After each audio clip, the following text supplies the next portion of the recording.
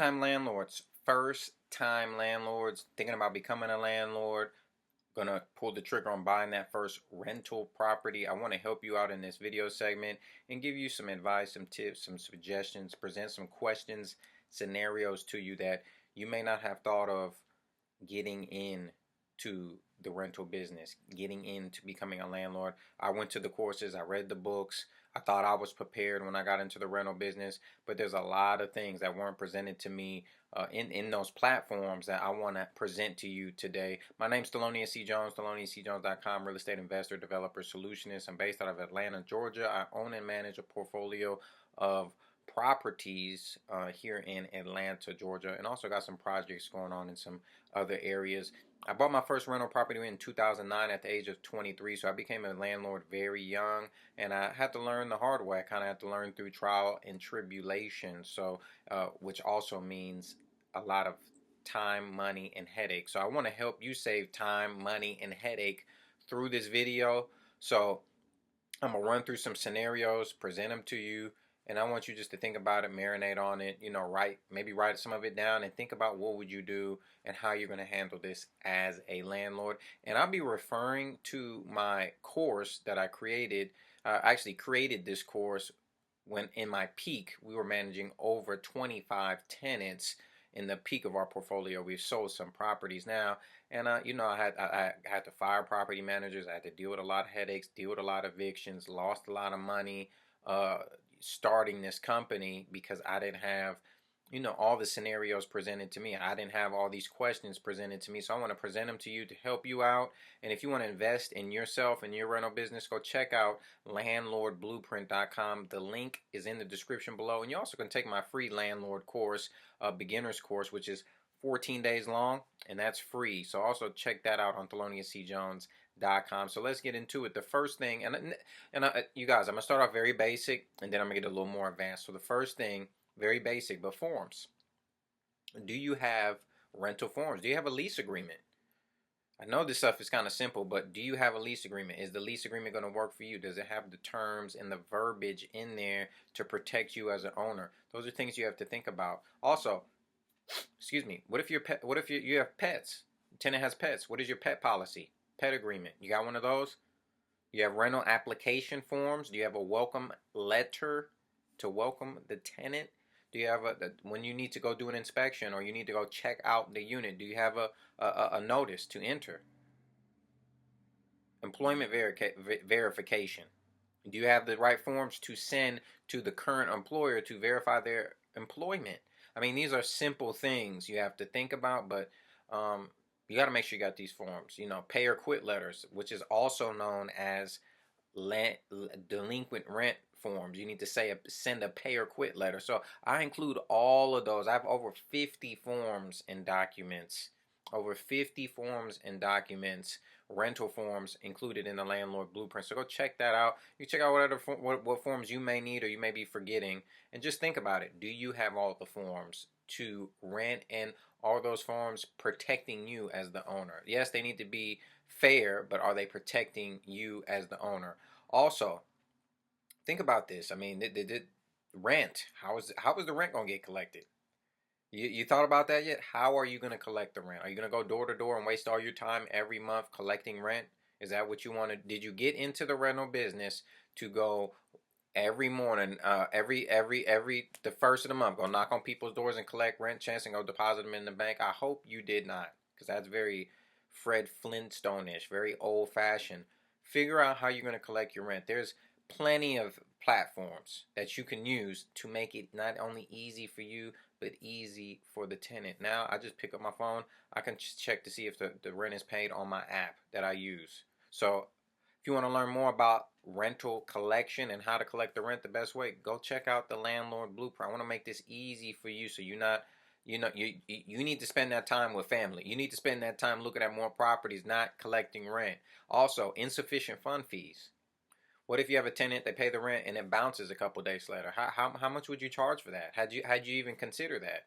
Insufficient fund fees. I never did, and I had to deal with it, and I lost money because I didn't have a fee. So I ended up having to pay a fee to the bank and all the other individuals involved in that transaction. merchant, so not very fun. In insufficient funds, how much would you charge? Late rent, how much are you gonna charge?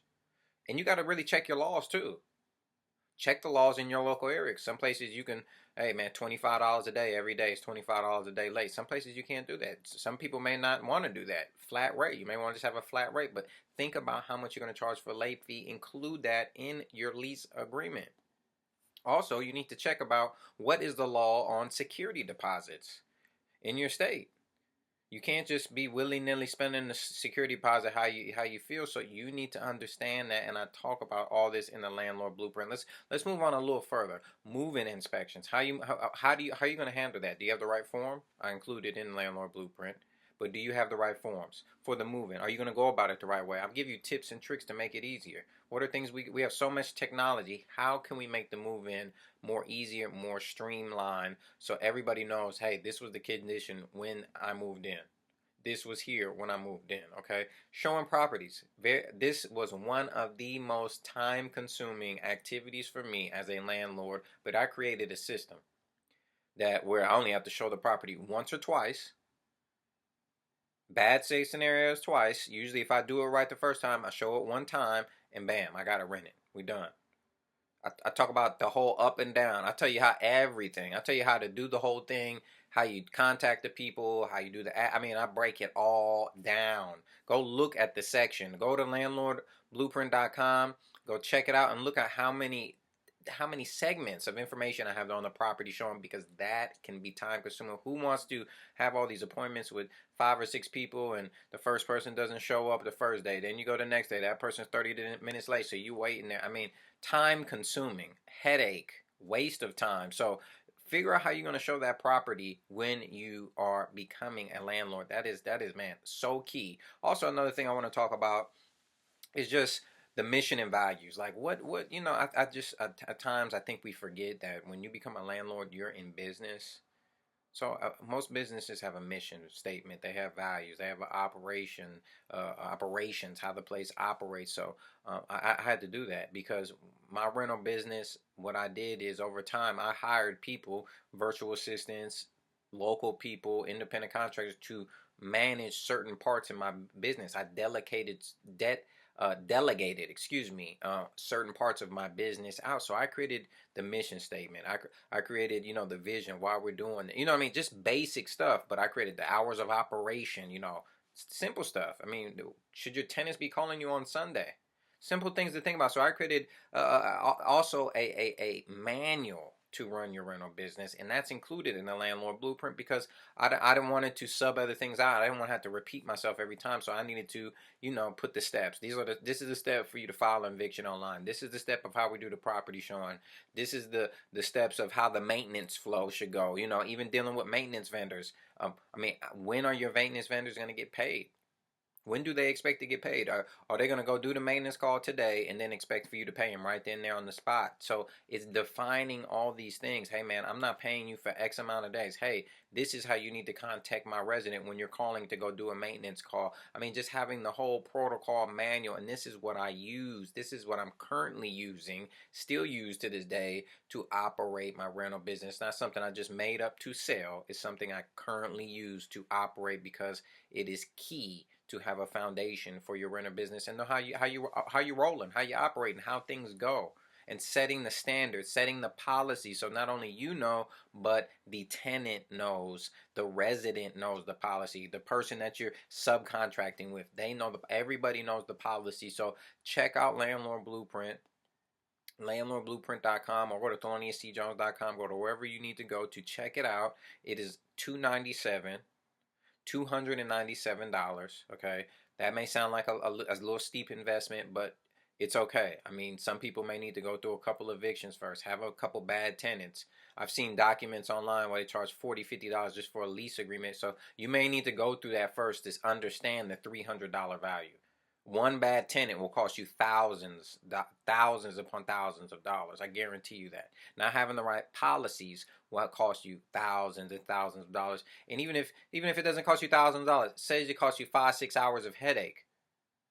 That's time taken away from you, your family, the kids, your job, doing this, coaching at the extracurricular event at the church, whatever you need to do. So I'm just saying, time is money, money's time. So if it's taking time away from you, it's taking money away from you. So at the end of the day, three is $297, $300 landlord blueprint course, 60-day money back guarantee. I guarantee the course works. It has 60 almost 60 audio segments that are downloadable, so you could just put them on your phone, roll with it, listen to it on the go, however you want to listen to it. I have over 25 video segments. Then I have the book, I have the manual, and then I have over 50 forms included on the landlord blueprint. So go check it out. I guarantee it works. It works for me. It's been working for me. I've been using this for about 4 years now, this whole platform. So go check it out. Hey, leave your comments below. Let me know if you have any comments. But this is it, man. If you're a first time